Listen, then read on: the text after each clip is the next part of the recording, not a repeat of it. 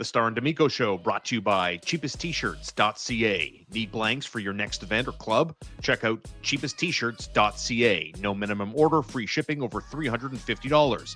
Same day shipping on lots of items. Affordable, Canadian, ready to print your design. Brought to you by Catherine Prince at Remax Platine, your Montreal real estate connection. Call her at 514-702-2474 or email Catherine with a K, Catherine at catherineprince.com.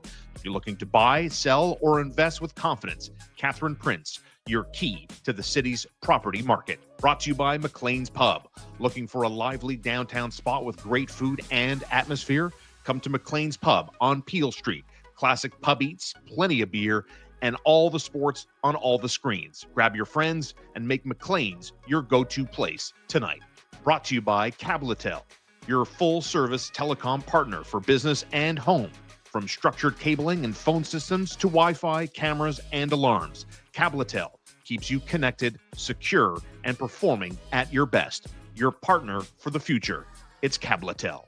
It's a busy week ahead for the Montreal Canadiens, and that means it's a busy week for the Starr and D'Amico Show. But this is work we love to do. This is not to moving pianos for a living. Welcome to late November. Welcome to crunch time. Could be crunch time for you and your family. Big shout out to Little Bear, proud sponsor of the Starr and D'Amico Show. Looking for that gift for the pet in your life, maybe the pet in your family's life. I encourage you to support our sponsors. They support us, and we hope you support them. Shopping online, perhaps at littlebearonline.com, or go check out Chuck and Evie and their amazing staff on St. Catherine, right across the street from Westmount Square. The Black Friday extravaganza is on all month long with great specials, Marco, from the best brands from around the world.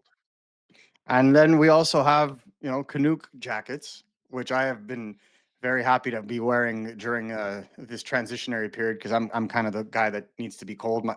I'm from the south of Italy. My people weren't meant to handle this kind of winter. Canuck jackets has been fantastic. Go check them out. As of today, for up to 40% off their jackets. They even have a cold room for you to go and try them on. Go and check them out from the 25th to the 1st of December. Black Friday deals galore. So I invite you guys to go check them out. They're absolutely awesome. So we're here today to talk about Adam Engström, the standout defenseman who's having a career year for Pascal Vincent's Laval Rocket. And I'm hoping that you can clear the air because I don't think I'm alone here. I'm having a hard time getting a good read on the motivating factors as to why the Canadiens management, Marco, decided to call him up. Is it simply a pat on the back for a great season and we want to acknowledge that and reward you with that? Or is it, Mm-hmm. let's go back to last week when Mike Matheson came out after the loss to Washington and said point blank when he was asked about goaltending, we give the team too many chances. So is it one or the other? Is it a melange of the two? So what's your read? Once you learned of the news that Alex Tessier was acquired, they also call up Adam Engström. What went through your mind as to the motivating factors behind the Engström call up?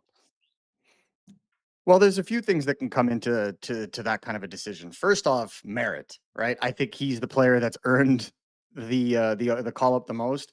The Canadians were calling up Mark Del Gaizo specifically because they just wanted to leave Engstrom alone and emergency recalling Del Gaizo because it was an emergency recall because they only had 6 defensemen.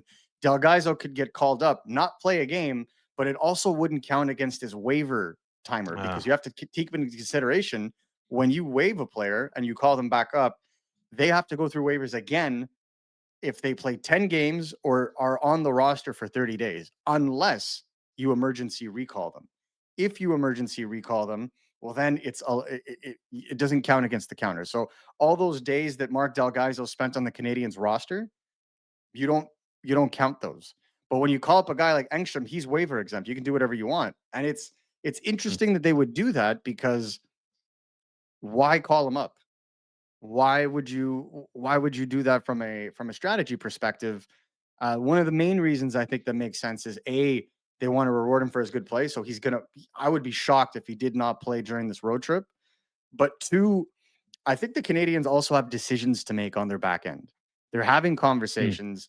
I don't see how they're going to get a top 6 piece that they're looking at without sacrificing one of their young defensemen. I don't think it's going to be David Reinbacher because that would be selling low at this point, even though he's been going up real well, and we'll talk about that a little later.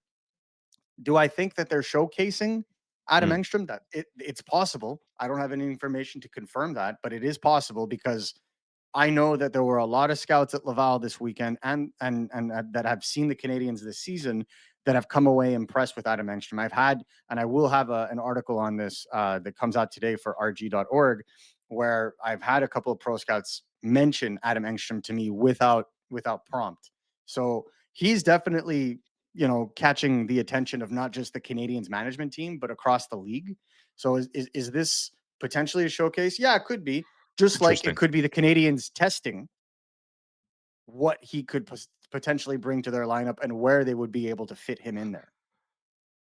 If I follow up on the showcasing, and again, you're not saying that, you're just thinking out loud as an option, a motivating reason, um, outside of the reward for a good run of play for Engstrom, is the other layer to this. Mhm. When we look at the Canadians' defensive brigade, Noah Dobson can move. Alex Carrier, to a certain extent, can move. Lane Hudson, obviously, can move. Mike Matheson can move. There's 4 guys of the 6 that are Yep. like great skaters, puck moving defensemen, right? At varying Mhm. levels. So when you drop the showcase, I'm like, oh, intriguing, possibly, because isn't Adam Engstrom more or less a version of those 4 guys in terms of mobility, Marco? Yeah, I'd say that Adam Engstrom's game most resembles Mike Matheson's. Mike Matheson's right now. I just wanted to add, Yeah. not necessarily a turnover machine, but what like the skating, being able to not break stride with possession of the puck. Just a guy that's able to create havoc by patrolling the blue line and skating around, but also a guy that has a mean streak to him, a little bit like Matheson. I think of the 3 defensemen mentioned, Matheson is the most physical. And I think Engstrom, that's something that really surprised me with my Mm. evaluation of him. Coming out of Sweden, playing on bigger ice, he wasn't necessarily asked to go deep into the corners like that. And he and I had a good conversation over at BPM Sport, where we sat down for about 15 minutes, and he kind of explained adding that element of meanness to his game. And in fact, it was something that he wasn't asked to do, but he's added to his habits. And he's explained that the more he's physically involved in a game, the more in the game he feels. And so there's that aspect that we've seen in Laval over the last little bit. Like things got chippy with Belleville this weekend. Like there were cross Right. checks, he was getting targeted, and he still rose above that. Was physical, pushing guys out from in front of the net. And his biggest quality: quick pace counterattacking. And if you look at the way the Montreal Canadiens have been playing of late, that quick pace counterattacking has been lacking for the last 6 or 7 games, and it's really hurt them because their transition and their momentum is killed by, a lack of execution, improper passing, etc. You name it. And Mhm. so when you think about the impact that he could have, would there be too many defensemen of the same kind? Perhaps you could make that argument, but the Canadians also have decisions to make. Mike Matheson has an expiring contract and they haven't talked about extension yet. Well, they have to see what they have in a guy like Engstrom to make an educated decision on Matheson, so that they can figure out what assets they can use for the long term, what assets they want to keep, and what assets they deem expendable on the trade market. Because this is going to be shocking to Montreal Canadiens fans, but you're going to have to give to get. And if they feel like they're covered on that kind of player for the long term, if they extend Mike Matheson, maybe Adam Engstrom becomes available. But it also could go back the other way. If he impresses, well, maybe there's less of a hurry to sign Mike Matheson. Maybe you could explore the market for a Mike Matheson. All this does is it creates options for a general manager. And when a general manager has options, they're dealing from a position of strength. They're not going to be like, oh, okay, I'll give you an example. The Montreal Canadiens, when they traded for Jonathan Drouin, were desperate for a center, Yep. and they were getting a little down on Mikhail Sergachev, and they dangled him in every conversation for a center. But they were doing it from a position of weakness because they were desperate from a center, but they also had no depth on left D at the time outside of Victor Mete, and we know how that worked out. Mhm. The Montreal Canadiens are not in that situation. They have 4 or 5 young defensemen that you can choose from in their org chart that could be attractive to teams looking to reset or get younger on the back end. I think about teams like St. Louis. I think about teams like Nashville, two teams that follow the Canadiens heavily over the last couple of days. Well, they could all use a guy that could, jump right into their lineup, be young, mobile, and add punch to their back end. I'm not saying the Canadiens are going to trade with those two specific teams, but it's an example of what they would be looking for. Like if a Zachary Bolduc could be traded for Logan Mailloux, well, that's the kind of vision that the St. Louis Blues had then that other teams right now would look at with the Montreal Canadiens and say, that's a guy that we were curious about. Mhm. You've heard me harp on the lack of physicality around the defensive side for a little bit. And I think the players to a man after the Tom Wilson, Jake Evans, Washington Capitals game from last week, I think the players heard a lot of that. I think they answered in a big way Saturday in that 5-2 win over Toronto. Arbor Jacki more physically engaged, Jaden Struble more physically engaged. And I don't want to be Mhm. repetitive and again ask you the same thing about mobility, mobility, mobility. But if you're Jaden Struble, if you're Arbor Jacki, because I don't think it's any of the other defensemen, No. and we're still a ways away from talking about Caden Gooley's insertion back into the lineup. But if you're Struble or you're Jacki, are you sweating this call up a little bit? It's only natural to be looking over your shoulder saying, "Oh, damn, okay, I better mind my P's and Q's because this young buck is not only is he coming, he's here." If it were based on pure meritocracy, I feel like Adam Engström would be playing over one of them right now. If it were based on pure meritocracy, but you have to Mhm. factor in waivers into this. You have to factor in development time. But Adam Engström, I've been a huge fan of Adam Engström since I saw him playing with Rögle in Sweden all those years ago. And again, this is a guy who is a left shot, yes, but is a guy that has been playing right D his entire career, or at least 90% of it. Uh, that's extremely valuable. You can put him into your lineup. If you take Struble out, for example, you could put him into your lineup and move Blaine Hudson back to the left, right? Because he's been playing right D since the beginning of the season. Move Hudson back to his natural left side, and you have a guy like Adam Engström who can be physical, who can box guys out, who is quick enough to be able to counter rush attacks. Like his rush defense is strong. Is So he these are physical? He's a elements. physical guy. He can be very much so, and I think that's the thing that surprised me the most is like you put him in a game like against the Toronto Maple Leafs on Saturday, and he gets into it. I think Okay. that's the fun. Like against the Belleville Senators, I'll give you a direct example, right? The Belleville Senators, kind of like the Ottawa Senators, it always gets chippy. It Mhm. always gets chippy between these two teams. And Adam Engström this weekend was just punishing guys. Just like, punishing guys is going to be like fanboyish almost. But he was, first of all, he did not get manhandled. He wasn't being intimidated.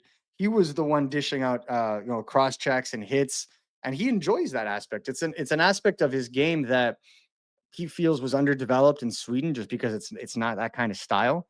But when he got to Laval, first couple of weeks, he was a little iffy, and then as he started taking contact, he realized that there was an element of his game that he could add because again, he's 6'2", about 193 pounds and 194 pounds now. There's still room for him to fill out. I think he could probably get to about 195, 200, but that's a strong physical defenseman at that point. And what's good with him is the center of gravity is low. So when he comes in at you, you're not necessarily going for like an upper body hit. He's coming at you with the body, like the center of his body. So those hits, not only is he Some of able to those box moves. guys out, but he Yeah. punishes them. Right. Mhm. So that's what I enjoy. That's really what I enjoy. It's finer details that you see in his game that make him or that give you the idea that he's going to be more than a simple bottom pair defenseman for the Canadians or other in the NHL. And I think that to me is worth its weight in gold, especially that he is able to do so at right D. The Canadiens begin a 3-game road trip in Utah on Wednesday night. They play at Vegas on Friday and against the juggernaut Colorado Avalanche, where the Avalanche just full stop don't really lose on home ice. If you had to draw it up, I mean Vegas Friday afternoon maybe makes the most sense. Like I could see the Habs running back the Toronto game lineup, Dobesh and net, no Yeah. lineup changes. Florian plays, Jared Davidson plays, and then a Friday afternoon against Mitch Marner and Eichel and the Golden Knights is. Could you see it that way? Hard to imagine Engstrom making his NHL debut in Colorado on Saturday afternoon. Yeah, I could. Yeah, I think that it would be absolutely safe to be able to do so on the first of the back to back. Yeah, I think he brings. How do I say this? He brings an element that I think would be very important to playing a team like Vegas, where if you have a back end that's able to outskate them more often than not, you would be able to take it up a notch and be able to attack open ice. Well, I think that's what he does well. right. And against a team like Vegas right now, like I like the way they play. They play a heavy game. They play like crash bang kind of style.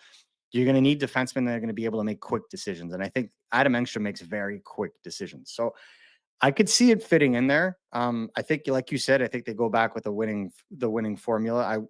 I would be surprised if he drew in that sense Yeah, on the Wednesday game. But I think on the Friday game it makes a lot of sense.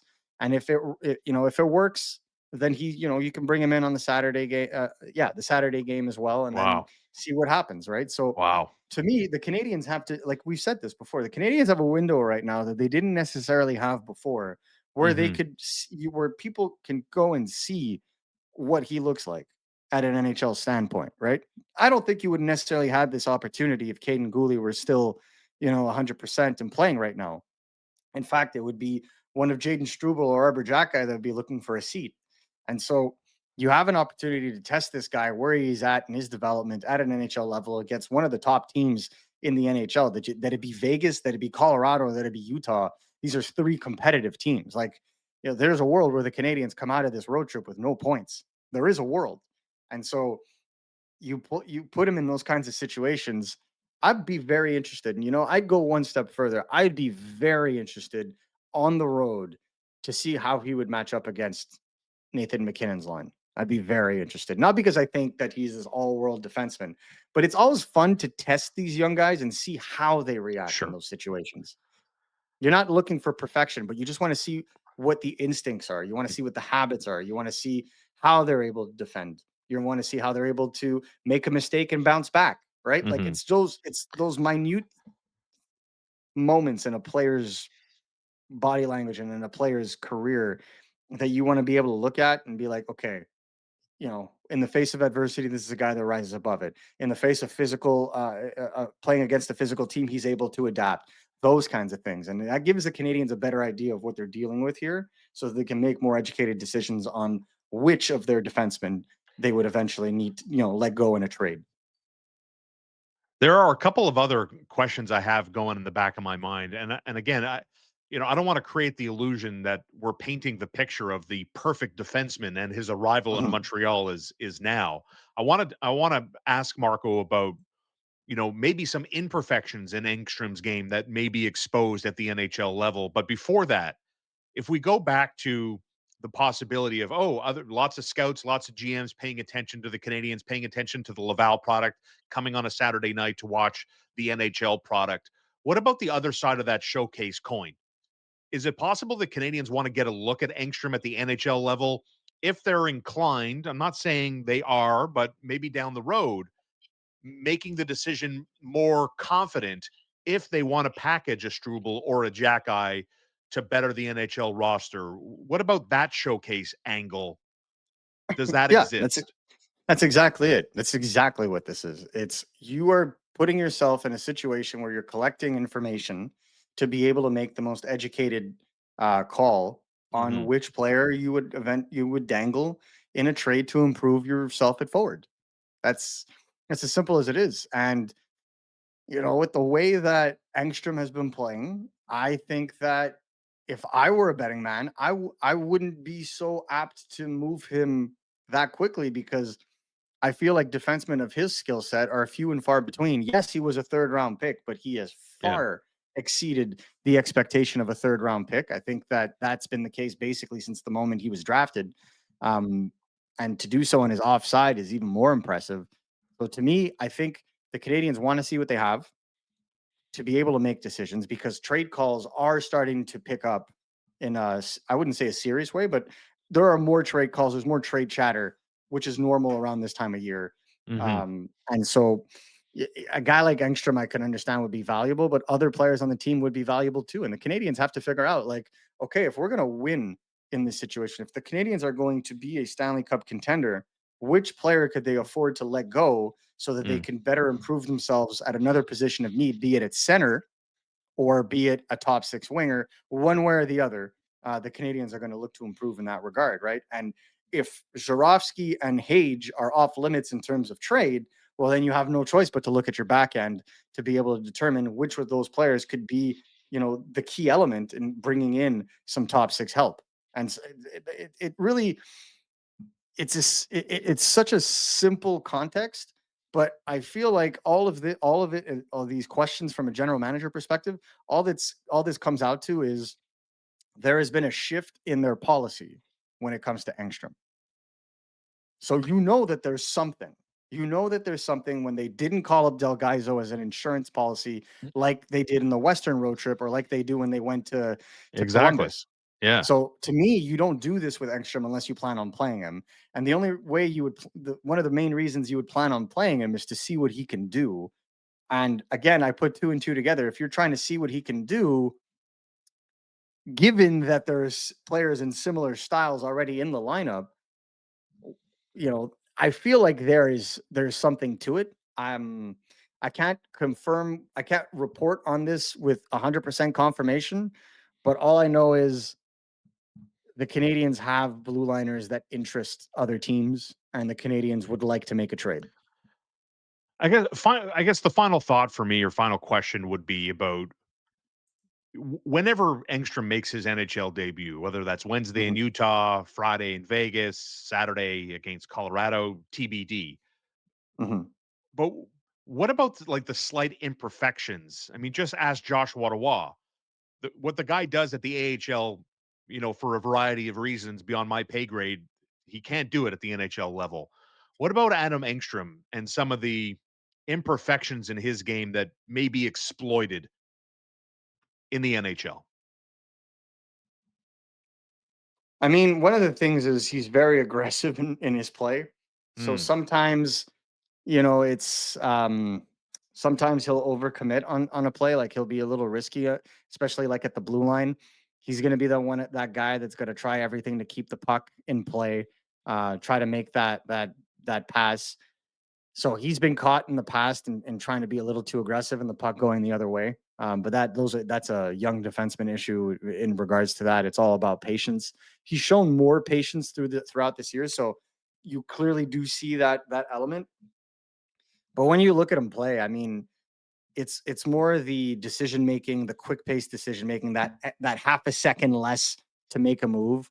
But this is the kind of guy that could skate himself out of trouble, as long as he's not getting ahead of himself on the play, because sometimes a little bit like Hudson, the mind moves quicker than the feet. uh-huh. And so that's the side of really good hockey IQ. And, there are benefits to that.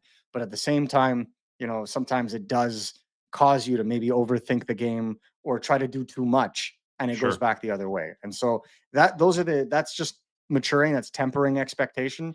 But again, like we're talking about 221, I think it might be just turned 22-year-old defenseman. So yeah, he just turned 22. So it is normal. A lot of the deficiencies in his game, or a lot of the holes that he had in his game prior, are normal holes that you would have when Hmm. coming over from Europe and being a young defenseman. The other one is definitely gap control.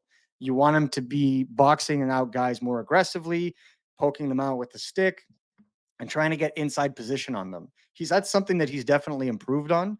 Um, but this is at the AHL level. You're going to want to see him now Right. at the NHL level.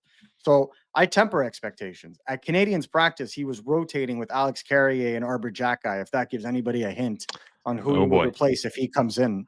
And then you had Alex Tessier, that was on a line with Jake Evans and Florian Jacki.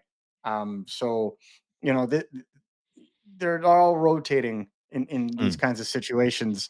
So it'll be interesting the decisions that they make. But I think having a mobile guy next to Carrier may change the dynamic of the third pair, yeah. just like having him with Hudson has its benefits because then Hudson would be able to play his strong left side. So I think that he gives the Canadians options in the lineup.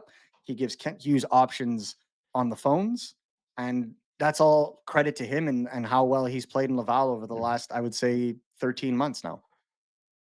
Fascinating. You know, and I'm not hating. I think, I'll speak for Well, myself. I think I've had a balanced thing on Arbor Jackeye, but my gut tells me that if they're going to pull someone from the lineup and Engstrom plays, I have a feeling it's going to be Jackeye. I think they want to see someone, to your point, I think they want to see someone with a little bit more mobility to pair up mhm. with Alex Carrier. But that's just my early read. It's just an opinion, not a fact. I don't know anything. It's just what I've seen so far. I wouldn't be surprised. That's all I'll say. Yeah, and again, like you can make the case for either of them.